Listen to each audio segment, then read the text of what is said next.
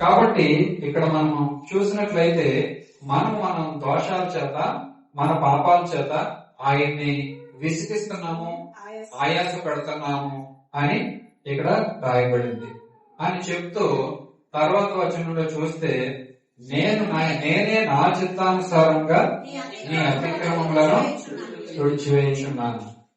ఎటువంటి దోషమైనా, ఎటువంటి అతిక్రమమైనా సరే దానిని సంపూర్ణంగా కడిగి వేసేటువంటి అధికారం కలిగినటువంటి వారు ఒకరే, ప్రభువైన యేసుక్రీస్తు. ఆయనకి ఎందుకు ఈ అధికారం ఇవ్వబడిందంటే ఆయన మన కొరకు చేసినటువంటి ఆ బలియాగం ద్వారా. ఆయన దేవుడు, ఆయనకు అధికారం ఉంది. అలాగే మన కొరకు ఆయన చేసినటువంటి ఒక కార్యం అదేంటి, ఈ లోకానికి వచ్చి మన కోసం ప్రాయశ్చిత్తంగా తను తాను అర్పించుకోవడం. మన నిమిత్తము, మన అతిక్రమాల నిమిత్తమే అతను గాయపరచబడ్డాడని లేఖనం సెలవిస్తాం. మన దోషాలను బట్టి అతడు నలుగట్టబడ్డాడు.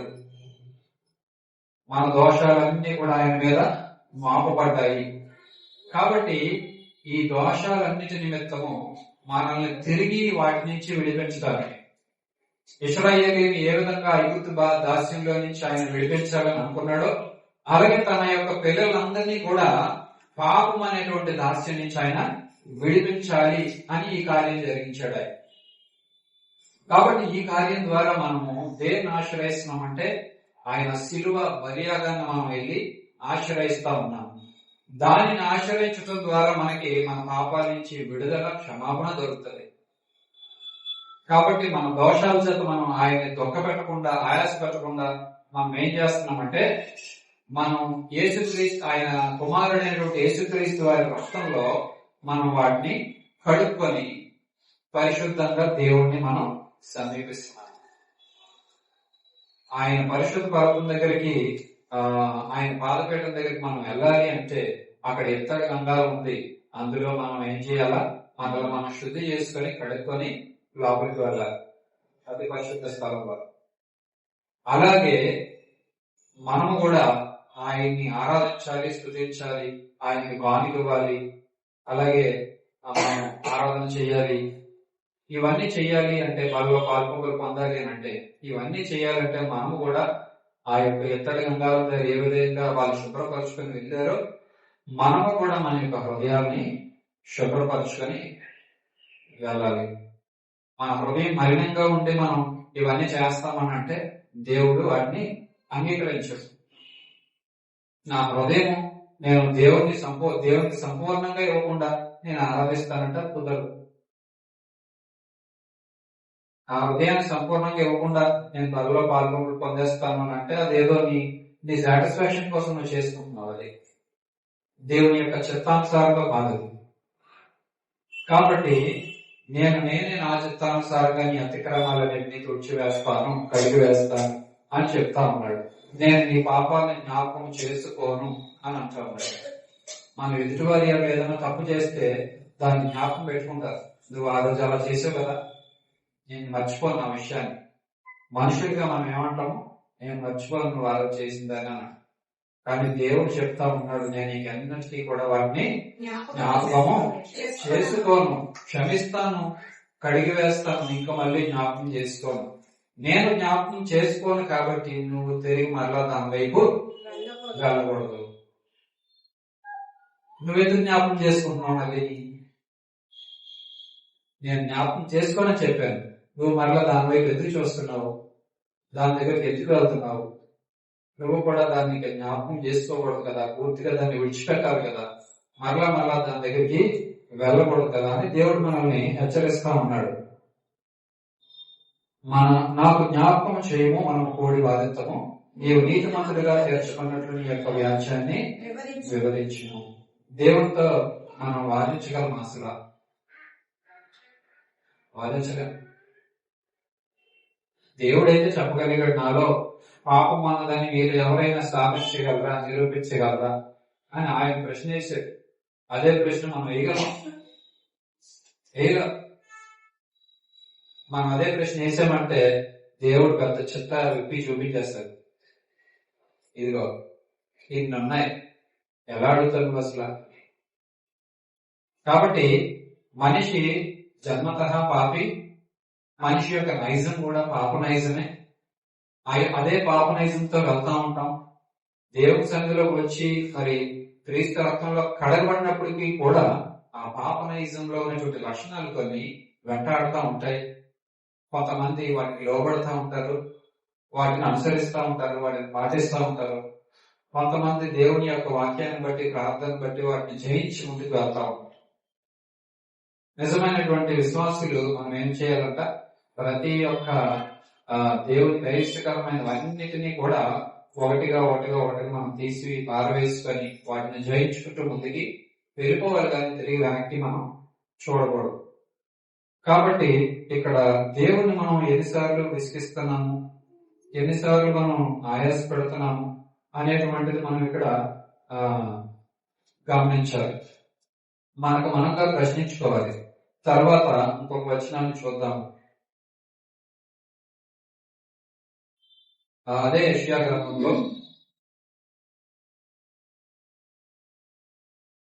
50వ అధ్యాయము 6వ వచనాన్ని కనుక చూద్దాం.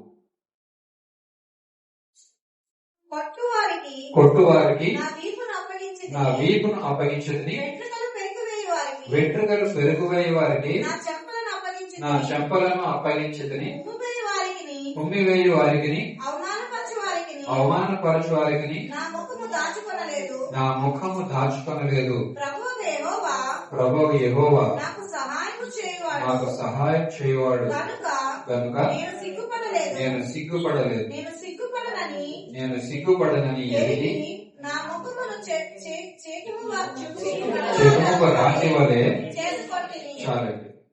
ఇక్కడ చూస్తే ఈ వచనాన్ని యెషయా భక్తుడు యేసుక్రీస్తు రాకముందే ఎన్నో సంవత్సరాల క్రితమే దీన్ని పరిశుద్ధాత్మ శక్తితో అభిషేకంతో రాసి పెట్టాడు. ఇక్కడ మనం చూస్తే యేసుక్రీస్తు వారు బలి అవుతారు. ఆ రోజు ఆ బలి అయినప్పుడు జరిగేటువంటి విషయాలు ఏవైతే ఉన్నాయో అవి ముందుగానే పరిశుద్ధాత్మ దేవుడు యెషయా భక్తుని ద్వారా బయలుపరిచాడు. ఇక్కడ మన కోసం దేవుడు ఎటువంటి బాధను అనుభవించాడో కొన్ని మాటలే ఉన్నాయి. చాలా దేవుడు మన కోసం చాలా వేదన పడ్డాడు, చాలా బాధపడ్డాడు, శారీరకంగా హింసింపబడ్డాడు ఆయన.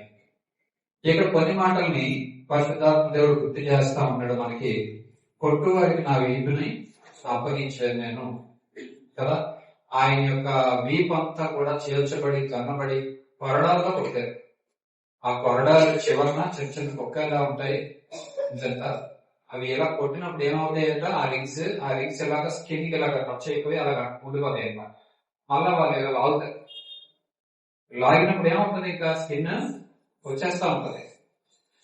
అటువంటి చాలా కఠిన రోమా ప్రభుత్వంలో చాలా కఠినమైనటువంటి శిక్షలు అమలు చేసేవారు అన్నమాట. ఎవరైనా వాళ్ళకి వ్యతిరేకంగా తిరుగుబాటు చేస్తే కనుక, వాళ్ళ మాట వినకపోతే కనుక రోమా ప్రభుత్వం చాలా కఠినమైనటువంటి నిబంధనలు అక్కడ. అలాగే యేసుక్రీస్తు వారిని కూడా మరి ఆయన తనతా అప్పగించుకున్నాడు. ఎవరు ఆయన్ని బలవంతంగా తీసుకుని వెళ్ళలేదు, కానీ ఆయన తన చిత్రానుసారంగా తాను అప్పగించుకున్నాడు. అది జరగాల్సి ఉంది కాబట్టి ఇదంతా కూడా జరిగింది.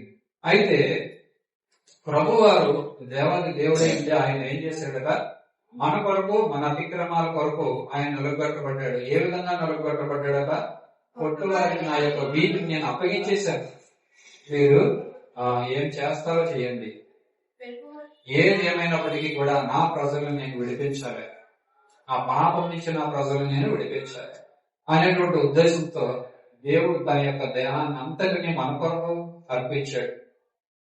కేవలం సిలువలో చనిపోవడమే కాదు, కానీ ఆ చనిపోక ముందు ఎన్నో హింసల్ని ఆయన అనుభవించాడు మన కోసం.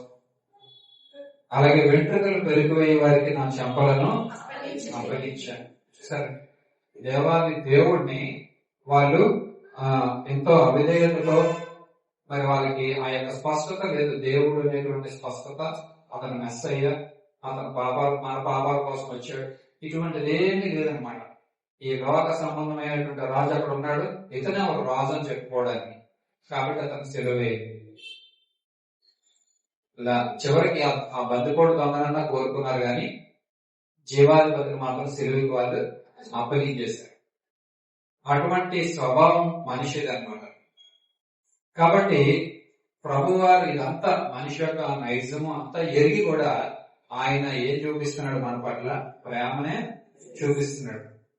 ఇటువంటి మనుషుల కోసం నేను వచ్చాను అని కూడా అనుకోవట్లేదు, కానీ మన కోసం దేనికైనా ఆయన సిద్ధపడ్డాడు. ఇటువంటి ప్రాణత్యాగానికైనా ఆయన సిద్ధపడ్డాడు. అంటే ఒక వ్యక్తిని ఏదో ఉరి తీసి చంపేయడం కానీ, కాల్చి చంపేయడం కానీ ఇలాంటివి చేస్తే వెంటనే టక్కుమని ప్రాణం పోతాయి. కానీ ప్రభువుని ఆయన చనిపోక ముందు ఎన్నో హింసలకి గురి చేశారు వాళ్ళంతా కూడా. బ్రతికి ఉండగానే చంపడం అన్నమాట, నరకం చూపించినట్లు.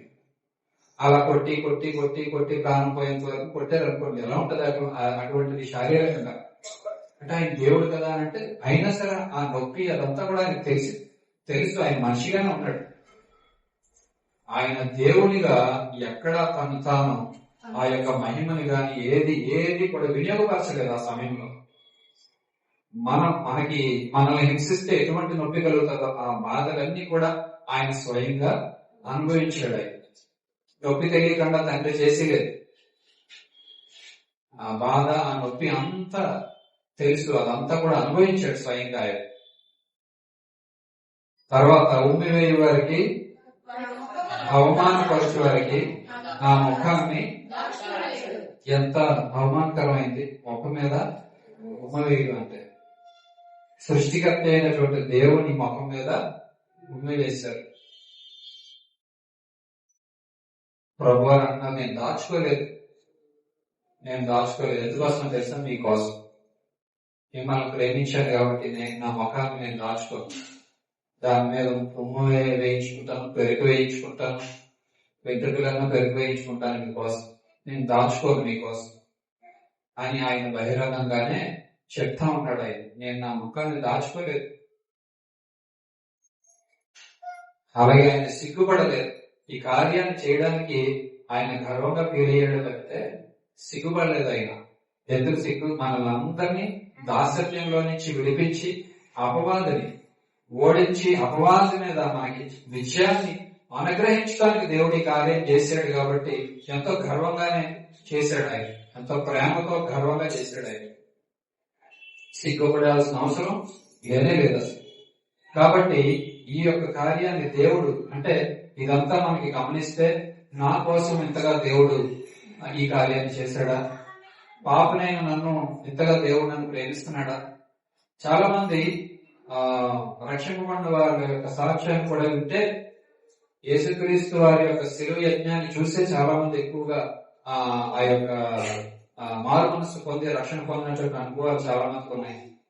ఎందుకనంటే ఆయన నా కొరకు ఆ విధంగా శిలువ బలియాగాన్ని అనుభవించడం, నాలో ఎటువంటి యోగ్యత లేదు, నేను ఎంత మాత్రం యోగ్యుడని కాను, అయినప్పటికీ కూడా ఆయన నా కోసం ఆ విధంగా శిలువ మరణాన్ని పొందాడు కదా, అంటే ఎంతగా నన్ను ఆయన ప్రేమించాడో నేను అర్థం చేసుకోగలను అని యేసుక్రీస్తు వారి యొక్క ఆ శిలువలో చూపినటువంటి ఆ ప్రేమను వారు గుర్తించారు. చాలా మంది ఆ ప్రేమను గుర్తించి ఆ ప్రేమకి వాళ్ళు సరెండర్ అయ్యారు. తమ యొక్క హృదయాల్ని చాలా మంది అర్పించారు. ఒకసారి మనం మన హృదయాన్ని దేవునికి ఇచ్చిన తర్వాత దాన్ని మన ఇష్టానుసారంగా ఆ హృదయాన్ని వాడుకోవడానికి వీలవుతుందా? అవదు. ఆ విధంగా వాడడానికి వీల్లేదు. దేవునికి ఇచ్చేసాం మన హృదయాన్ని. ఒకసారి దేవునికి మన హృదయాన్ని ఇచ్చిన తర్వాత దేవుని చిత్తానుసారంగానే మనము జీవించాలి, నడుచుకోవాలి తప్పితే మన యొక్క ఆశలు ప్రకారంగా మనము నడవడానికి ఎంత మాత్రము కూడా వీలు లేదు. కాబట్టి రక్షింపబడినటువంటి మనము చూడండి, ఇక్కడ ఎఫెసీయులకు రాసినటువంటి పత్రిక 5వ అధ్యాయంలో 1వ వచనం నుంచి చూస్తే, కావున మీరు ప్రియులైన పిల్లల వలె దేవుని పోలి నడుచుకోండి, క్రీస్తు మిమ్మల్ని ప్రేమించి పరమవాసంగా ఉండేటప్పుడు మన కొరకు తన దేవునికి అర్పణగా బలిగా అప్పగించుకొనను, అలాగనే మీరును ప్రేమ కలిగి నడుచుకొనడి. దేవుడు మీ పట్ల చూపించినటువంటి ఆ ప్రేమ మీరు కూడా కనపరచాలి. దేవుని పోలి నడుచుకోవడం అంటే దేవుని యొక్క ప్రేమని పొందుకున్నటువంటి మనము ఇతరులకు ఆ యొక్క ప్రేమను మనం కూడా పంచి ఇవ్వాలి. క్రీస్తు ప్రేమని పంచి ఇవ్వడం, క్రీస్తు ప్రేమని కలిగి ఉండటం. ఆవిడకి ఏం కావచ్చు? క్రీస్తు ప్రేమను మనం కలిగి ఉండడం, క్రీస్తు ప్రేమని మనం ఇతరులకి పంచి ఇవ్వటం. కాబట్టి ఆ యొక్క ప్రేమను ఎప్పుడైతే మనం దేవుని ప్రేమను మనం ఇతరుల పట్ల చూపించామో ఆ దేవుని పట్ల వారికి విశ్వాస్యత కలగవచ్చు. మనం చూపించినటువంటి ప్రేమ ద్వారా దేవుని బిడ్డలు ప్రభు నమ్ముకున్నటువంటి వారు ఇటువంటి ప్రేమ కలిగి ఉంటారా అందరూ కూడా అని వాళ్ళు దానిని బట్టి మన ప్రవర్తన బట్టి త్రెప్పబడవచ్చు, వాళ్ళు యేసును అంగీకరించవచ్చు వాళ్ళు. కాబట్టి మనము దేవుని పోలి నడుచుకోవడము ప్రియమైనటువంటి పిల్లలుగా ఉంటే కనుక, దేవునికి మనం ప్రియమైనటువంటి పిల్లలుగా ఉంటే మనము దేవుని పోలి మనం నడుచుకుంటాం. ప్రభు వారు కూడా అదే విధంగా మనల్ని కూడా ప్రేమించి మన కోసం తాను బలిగా అర్పించుకున్నాడు, దేవునికి అర్పణగా బలిగా అప్పగించుకున్నాడు. కాబట్టి అతను మన కోసం నేను నిన్ను ప్రేమించాను అని చెప్పి శిలువ కార్యం చేశాడు. ఆయన నేను నిన్ను ప్రేమిస్తున్నాను, దానికి సూచనగా ఇదిగో నీ కోసం నేను బలి అవుతున్నాను అని చెప్పి ఆయన ఈ లోకానికి వచ్చి ఆ బలి కార్యం జరిగించాడు.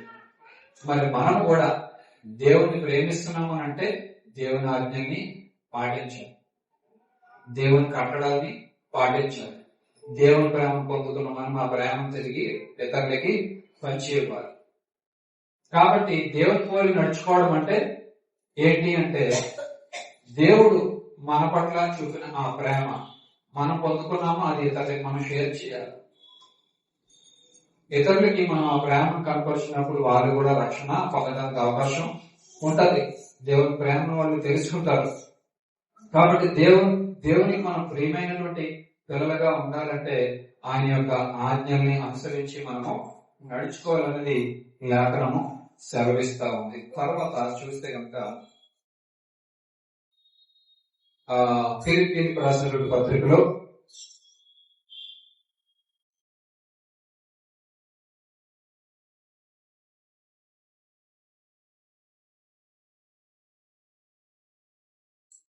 ఫిలిప్పీయులకు రాసిన పత్రిక 2వ అధ్యాయంలో మనకి అందరికీ సుపరిచితమైన వాక్యం 5వ వచనం చూస్తే క్రీస్తు యేసున కలిగిన ఈ మనసు మీరు కూడా కలిగి ఉండండి. అంటే ఇక్కడ ఏం చెప్తున్నారంటే దేవుని యొక్క ప్రేమను మనం చూసాము, దేవుడిని మనం అనుసరించాలి, ఆయన యొక్క లక్షణాలు మనం కలిగి ఉండాలి. అలాగే ఇక్కడ ఆయన యొక్క మనస్సును గుర్తెరిగిన వారమై దేవునికి ఎటువంటి మనస్సు ఆయన కలిగి ఉన్నాడో ఆ మనస్సును గుర్తెరిగిన వారమై ఉంటే కనుక మనకి యేసుక్రీస్తును కలిగినటువంటి ఆ మనస్సు మనము కూడా కలిగి ఉండాలి. యేసుక్రీస్తును వెంబడించినటువంటి శిష్యులందరూ కూడా వాళ్ళు కొంత మటుకు వాళ్ళందరికీ కూడా అర్థం కాలేదు, కొంతవరకు క్రీస్తును వెంబడించారే గాని సంపూర్ణంగా వాళ్ళు గ్రహించలేకపోయారు. తర్వాత దేవుని దగ్గర సంపూర్ణంగా నేర్చుకొని ఆయన శిలువకు అప్పగింపబడిన తర్వాత వాళ్ళు అసలు సత్యాన్ని గ్రహించి యేసుక్రీస్తుని అప్పగించిన తర్వాత అందరూ పారిపోయారు, ఎవరికి వాళ్ళే పారిపోయారు, భయపడదు, ఆయన విడిచిపెట్టేశారు అందరూ కూడా. ఆ తర్వాత ఈ సంగతులన్నీ ప్రభు వారు ముందుగానే చెప్పారు. ఆ విషయాలన్నింటినీ కూడా వాళ్ళు ఒకసారి జ్ఞాపకం చేస్తున్నారు. మళ్ళా అవును ప్రభు వారు చెప్పారు, సంగతులు ఆనాడు మనం గ్రహించలేకపోయాము అని చెప్పి అప్పుడు సంపూర్ణంగా విశ్వసించి ఆయన్ని వెంబడించినప్పుడు అక్కడ అద్భుత కార్యాలు జరిగాయి. వారి ద్వారా ఎంతో మంది ఎన్నో గ్రామాలు, ఎన్నో ఊళ్ళు, ఎన్నో దేశాలు తిరిగి వాళ్ళు ఈ యొక్క రక్షణ సువార్తను ప్రకటించినప్పుడు అనేక మంది ప్రభు తట్టు తిరిగారు. వాళ్ళు ప్రకటించినటువంటి సువార్త ఏ విధంగా ప్రకటించారో తెలుసా? యేసుక్రీస్తునకు కలిగినటువంటి ఈ మనస్సు మీరు కూడా కలిగి ఉండండి. యేసుక్రీస్తుకి ఎటువంటి మనస్సు కలిగి ఉందో అటువంటి మనస్సు కలిగిన వారే దేవుని ప్రకటించారు. అటువంటి అంటే వాళ్ళు ఏ విధంగా అయ్యారంటే ఒక జూనియర్ జీసస్ క్రైస్ట్ అని మనం చెప్పగలమేమో అన్నంతగా మారిపోయేవారు. అంటే వాళ్ళ యొక్క జీవితాలు ఆ విధంగా మారిపోయి వాళ్ళు ఏ విధంగా అంటే ఇంకా సంపూర్ణంగా యేసును ధరించుకున్నారు వాళ్ళు అనేటట్లుగా ఈ లోకంలో ప్రవర్తించారు. వాళ్ళని చూసిన ప్రతి ఒక్కరు కూడా యేసు క్రీస్తు వారు కూడా ఇలాగే చేశారు కదా, ఇలాగే బోధించారు కదా, ఈ టైప్ మాటలు చెప్పారు కదా, ఈ విధంగానే చెప్పారు కదా, యేసును వెంబడిస్తున్నారు కాబట్టి మనం కూడా యేసును వెంబడించాలి అని చెప్పి వారందరూ కూడా యేసుక్రీస్తుని వెంబడించారు. దేని వల్ల తెలుసా? ఓ రెండు మాటలు చెప్పేసి దిగిపోతే ఏమి కాదు. జీవించేటువంటి జీవితం అన్నదే ప్రాముఖ్యమైంది కదా. మనం రెండు మాటలు ఎవరికో సువార్త చెప్పేసి పక్కన వాళ్ళతో పెద్ద పెద్ద గొడవలు ఆడుతున్నాం అనుకోండి, అది ఎందుకు? అది అటువంటిది కాదు క్రైస్తవత్వం అంటే. మన యొక్క బ్రతుకులోనే క్రైస్తవత్వం అనేది ఉండాలి. అంటే జీవన విధానం చెప్పుకోవచ్చు. క్రైస్తవత్వం అంటే ఏంటో తెలుసా? జీవన విధానం, జీవించేటువంటి విధానం. అటువంటి మనస్సు, ప్రభు యొక్క మనస్సు కలిగి ఉండడం, ఆ యొక్క ప్రభు యొక్క మనస్సు కలిగి ముందుకు వెళ్ళడం అని చెప్తూ ఆయన యొక్క మనస్సు ఏంటో మనకు తెలుసా వచనాలు. ఆయన దేవుని స్వరూపంగా, ఆయన దేవుని యొక్క స్వరూపం కలిగిన వాడే, దేవునితో సమానంగా ఉండుట విడిచిపెట్టకూడని భాగ్యం ఎంచుకోలేదు. మనుషులు పోలికగా పుట్టాడు, దాసుని స్వరూపాన్ని ధరించుకున్నాడు, తను తాను రిక్తగా చేసుకున్నాడు, మనుషుడిగా కనబడి మరణం పొందినంతగా, శిలువ మరణం పొందినంతగా విధేయత చూపించాడు, తను తాను తగ్గించుకున్నాడు. ఇవన్నీ దేవుని యొక్క లక్షణాలు, దేవుని యొక్క లక్షణాలు. క్రీస్తు కలిగినటువంటి మనస్సు, అదంతా దేవుని యొక్క మనస్సు. దేవుడు కదండి ఆయన అటువంటి మనస్సు కలిగి ఉన్నాడు, నేను మనిషిని కదా, నాకు అలాంటి జరగొస్తుంది అని అనుకుంటాం. ఆయన దేవుడు కాబట్టి చేశాడండి, దేవుడు కాబట్టి అలా ఉండగలిగాడండి, నేను మనిషినండి, ఆయనకి నాకు తేడా లేదు, ఆయన ఎక్కడా నేనెక్కడా. ఆ యేసుక్రీస్తుని వెంబడించిన అనేక మంది అలాగే ఉన్నారు కదా. క్రీస్తు ఏ విధంగా జీవించారో అదే విధంగా వారి జీవితాన్ని పౌలు గాని, పేతురు గాని, వీళ్ళందరూ కూడా, తోమ గాని, వీళ్ళందరూ కూడా ఎలా జీవించారు? యేసుక్రీస్తు ఏ విధంగా ఈ లోకంలో ఆయన ఈ విధంగా ఉండండి అని ఆజ్ఞ ఇచ్చారో ఆ ఆజ్ఞ ప్రకారంగానే జీవించారు. ఈ లోకంలో సమస్తాన్ని విడిచిపెట్టేశారు. ఒకనొకప్పుడు ఆ వలలన్నీ విడిచిపెట్టి యేసుని వెంబడించినటువంటి వాళ్ళు తిరిగి మరలా పారిపోయారు. ఎప్పుడైతే నిజంగా ఆ సత్యాన్ని గ్రహించి మనస్సులో ఎప్పుడైతే ప్రతిష్ఠించుకున్నారో దాన్ని, అప్పుడు ఇంకా వెనక్కి తిరిగి చూడలేదు, మరలా ముందుకే వెళ్ళిపోయారు. ఏదైనా సరే మా ప్రాణాలను సైతం మేము అర్పించడానికి మేము సిద్ధమే అని అనుకోని ముందుకు వెళ్ళిపోయారు. అదే క్రమంలో ఎంతో మంది దేవుని వెంబడించి ఆయన వెంబడించిన వాళ్ళు కూడా ఎంతో మంది వారి యొక్క ప్రాణాలను కూడా త్యాగం చేశారు. ఎంతో మంది మనకి విదేశాల నుంచి మనకి ఇక్కడికి మిషనరీస్ గా వచ్చి ఎంతో పరిచయం చేసి వాళ్ళు కూడా తమ యొక్క ప్రాణాన్ని కోల్పోయారు. అంటే వారి యొక్క జీవితాన్ని సంపూర్ణంగా దేవునికి సమర్పించారు. అదే యేసుక్రీస్తులో మన యొక్క స్వభావము, మన మనస్సు మారిపోతే సంపూర్ణంగా మనం ఏ విధంగా అయిపోతాము? యేసుని అంటి వెంబడిస్తాం. ఇంకా యేసుని అంటి వెంబడిస్తాం అన్నమాట. గ్యాప్ ఉండదు, ఇంకా డిస్టెన్స్ ఉండదు. దేవుణ్ణి అంటి వెంబడించడం. కాబట్టి ఇటువంటి మనస్సు మనం కూడా కలిగి ఉండాలి. మనం బదిలించున్నాం కాబట్టి మనం ఒకసారి మనం పరీక్ష చేసుకోవాలి. దేవుని అంటి నేను వెంబడిస్తున్నానా? ఆయన చూపినటువంటి ప్రేమను నేను ఇతరులకు చూపిస్తున్నానా? ఆయన బలియాగాన్ని నేను విశ్వసించాను, ఆ బలియాగాన్ని ఇతరులకు నేను ప్రకటిస్తున్నానా? దేవుని ప్రేమ నాలో ఎంతవరకు నాటుకొని ఉంది? యేసుక్రీస్తుని కలిగినటువంటి ఆ మనస్సు నేను కూడా కలిగి ఉన్నానా? లేదంటే కొంత మటుకు మాత్రమే దేవుని విశ్వసించి నా యొక్క ఉద్దేశాల ప్రకారంగా నేను జీవిస్తున్నాను, నా ఆలోచనల ప్రకారంగా నేను జీవిస్తున్నాను అన్నది మనం ఒకసారి పరీక్ష చేసుకుందాం. 10 నిమిషాలు మనం బాలేదుచున్నాం కాబట్టి ఒకసారి మనల్ని మనం పరీక్ష చేసుకుందాం. 10 నిమిషాలు అందరూ కూడా ఎవరికి వారే పరీక్ష చేసుకోవాలి. ఈ సమయంలో ఎటువంటి మనస్సు మనం కలిగి ఉన్నామో, క్రీస్తు కలిగినటువంటి మనస్సు మనం కలిగి ఉన్నామా, లేదంటే శారీరక సంబంధమైనటువంటి మనస్సు ఏమైనా కలిగి ఉన్నామా? దేవుని చిత్తాన్ని గ్రహిస్తున్నామా? ఆయన్ని వెంబడిస్తున్నామా? ఆయన అనుసరిస్తున్నామా? లేదంటే ఈ లోక ఆశల్ని వెంబడించి అనుసరిస్తా ఉన్నామా? ఒకసారి మనం పరీక్ష చేసుకుందాం. ఈ పాపాలని ఇంకెన్నడూ నేను జ్ఞాపకం చేసుకో, నీవు నన్ను మరలా ఆయాస పెడుతున్నావు, దుఃఖ పెడుతున్నావు అని ప్రభువారు సెలవిస్తున్నారు. నేను చెప్పిన పని చేయకుండా, చెప్పిన మాటలు వినకుండా, లోబడకుండా వ్యతిరేకంగా ప్రవర్తించి నీవు నన్ను ఆయాస పెడుతున్నావు అని ప్రభువారు మనల్ని హెచ్చరిస్తా ఉన్నారు, దుఃఖపడతా ఉన్నారు మన విషయమే. కాబట్టి ఇంకా అటువంటి దుఃఖాన్ని ఎవరైనా మనం ప్రభుకి కలిగిస్తా ఉంటే ఇప్పుడే మనం పశ్చాత్తాపడి దేవుని సన్నిధిలో మనం మోకరించి మనం ఒప్పుకొని ఏదైతే ఆయనకి మనకి అడ్డుగా ఉందో దాన్ని తీసి పారవేసుకుందాము, దాన్ని విడిచిపెట్టి వదిలిపెట్టేద్దాము, సంపూర్ణంగా దాన్ని విడిచిపెట్టేసి దేవుణ్ణి అంటే వెంబడేద్దాం. క్రీస్తు యేసును కలిగినటువంటి ఆ యొక్క మనస్సు మనము కూడా కలిగి ఉండాలని ఆయన చెప్తా ఉన్నారు. ఆయన మనల్ని ఎంతగా ప్రేమించారో ఆ ప్రేమ ఒకసారి జ్ఞాపకం చేసుకుందాం. బల్లకు సమీపిస్తున్నాం. ఆయన మన కొరకు ఎంత వేదన పడ్డాడు, ఘోరమైనటువంటి శబ్దమైనటువంటి శిలువ మరణాన్ని ఆయన మన కొరకు పొందాడు. ఆయన తన ముఖాన్ని దాచుకోలేదు. పొట్టు వారికి తన యొక్క వీధుని అప్పగించాడు. తెలుగు వారికి తన యొక్క గడ్డాన్ని అప్పగించాడు. ఆయన తలపై మండల కిరీటం పెట్టబడి ఉంది. మన తలంపులను బట్టి, మన ఆలోచనలు బట్టి, మన చెడ్డ తలంపులు ఆలోచనలు బట్టి ఆయన తలపై మండల కిరీటం పెట్టబడింది. నిశ్చయంగా అతడు మన దోషాన్ని భరించాడు. కాబట్టి అటువంటి మనస్సు దేవునికి ఉంది. ఎంతో ప్రేమతో ఈ యొక్క కార్యక్రమాన్ని దేవుడు చేశాడు. ఆ ప్రేమ మన పట్ల ఆయన చూపుతున్నాడు.